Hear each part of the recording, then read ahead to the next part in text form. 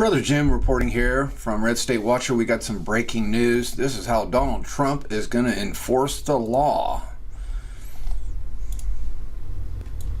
That's correct. I have quietly installed an off switch that the Department of Justice, Attorney General Loretta Lynch, at my request, changed official DOJ policy on July 7th and notified every state and every city in the country that unless you comply 100% of the time with federal requests to deport criminal illegal aliens in your jails or prisons, you will lose all your federal law enforcement money. Shannon, that's been the policy of the Department of Justice since July 7th. I just didn't make a lot of noise about it because I didn't want the Obama administration to crawfish on us. So it's done. This is in place. And at noon on January 20th, if President Trump chooses to do so, he can throw this switch I created and turn off all the federal law enforcement money to the top 10 sanctuary cities in America, including the entire state of California, New York City and Chicago. Lights out on January 20th if he chooses. Well, and you know that this is, as you said, this framework has been there. Now, I already reported on this morning. I just want to reiterate that real quick. Sanctuary cities, checkmate. Vote Trump picks says here.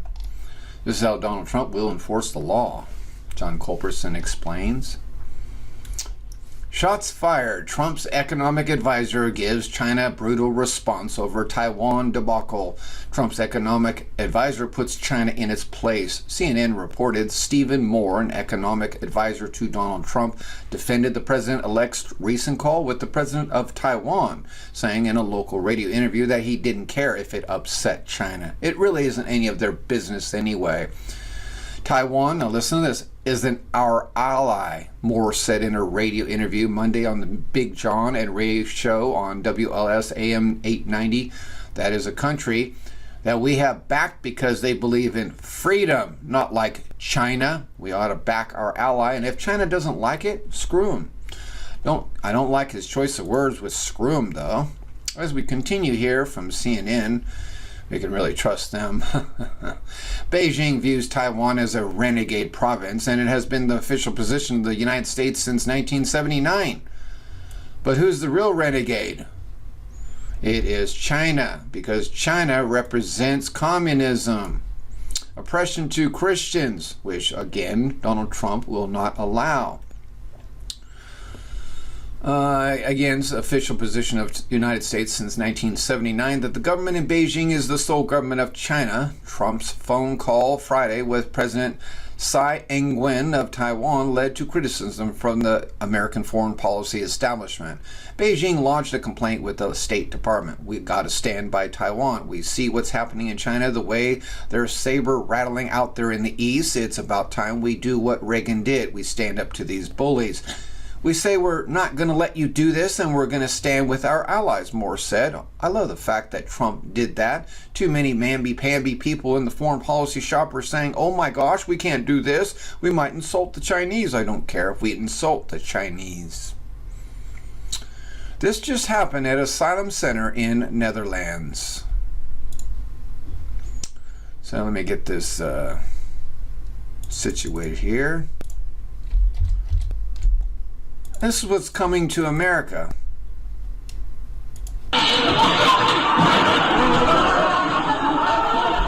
Muslims and their asylum center. Get them out of our country.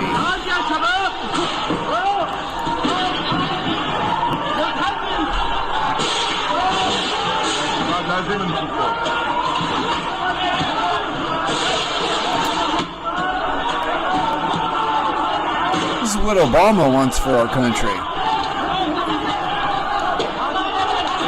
And, of course, Hillary Clinton. Craziness. It's not good enough that you flee to your own country where your own people are killing you, that we saved your lives and are feeding you. And Obama's been giving them money, making them citizens, giving them driver's licenses. That's right. Illegal aliens get free driver's license in America. Yeah, I reported on that a while back. But it's not good enough. Let's just, the little devils inside them, let's just tear apart our own area where we live. But that's what devils do. They come to kill, steal, and destroy. Boom! Federal court shuts down Obama appeal until this happens. Good news. Obama don't like it. A federal appeals court has decided to put their Obamacare case on hold until after Donald Trump takes office. Reuters.com reports the federal appeals court on Monday brought to an end President Barack Obama's bid to overturn a ruling that threatens to gut his signature health care law by putting the case on hold until after President-elect Donald Trump, who aims to repeal Obamacare, takes office. But it didn't work. The Obama administration had appealed a judge's May ruling favoring the challenge filed by Republicans in the U.S. House of Representatives against a key part of the 2010 law. Maybe the judge is getting the idea, if I don't go along with the new president-elect, that we need to, I'll probably get fired. But the U.S. Court of Appeals for the District of Columbia Circuit agreed to a request by the Republicans to delay its consideration of the government's appeal until after Trump takes office on January 20th. The Obama administration opposed the move. And the story is coming right here, yeah. Trump advisor on Taiwan. No, this is not it. Oops, sorry about that. Oh, yeah, it's right here. Sorry, I lost my links there a little. And here you go. Trump's smiling about it, and that's very appropriate.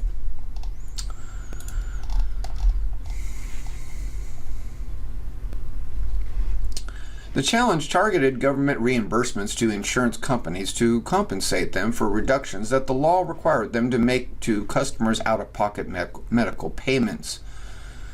Trump has said he favors repealing and replacing Obamacare, but would consider retaining certain elements. Sorry about this Reuters site. There we go. That's the best I can do. The law has enabled millions of previously uninsured Americans to obtain health insurance, but Republicans condemn Obamacare as the government overreach and have mounted a series of legal challenges. There's nothing wrong with giving everyone health insurance, but of course Reuters is kind of a, half liberal site here. So the point here is that Donald just doesn't want entitlement for no reason. Okay, there's no reason for entitlement. For no reason. There is if there's a need for it, yes. If people are very poor, sure. The Obama administration appealed to U.S. District Judge Rosemary Collier's ruling that the government cannot spend billions of dollars in federal funds without congressional approval to provide subsidies under the health care law to provide private insurers to help people afford medical coverage. At the same time, Obamacare is, double, tripling in price in the last 3 years. Plus, there's a fine if you don't sign up for it and you don't have insurance. Socialism, communist Marxism. The House Republicans argued that the administration violated the U.S. Constitution because it is the legislative branch, not the executive branch, that authorizes government spending. The Obama administration has interpreted the provision as a type of federal spending that does not need to be explicitly authorized by Congress. Of course, he's gone around every branch of our government over and over and over. Backstabbing traitor. The U.S. Supreme Court in 2012 and 15 issued major rulings authored by conservative Chief Justice John Roberts that preserved Obamacare and rejected conservative challenges. Was John Roberts really a conservative? Nah. That's all part of the game of the New World Order. Nah, he was just a bureaucrat. That's all he was. And we have bad breaking news for Justin Ross Harris, hence sentence for leaving 22-month-old son to die. Yes, Justin Ross Harris has been sentenced for leaving his 22-month-old son to die.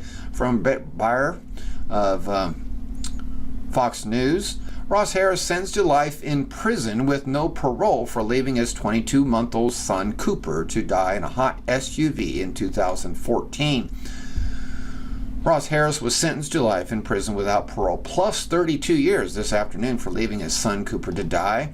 Harris was found guilty last month on all 8 charges against him, including 3 counts of murder. Here is a minute-by-minute account of today's proceeding. I'll leave the link in the description box for you to read if you want to read his minute-by-minute.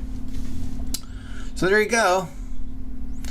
Thank you for listening, and God bless you.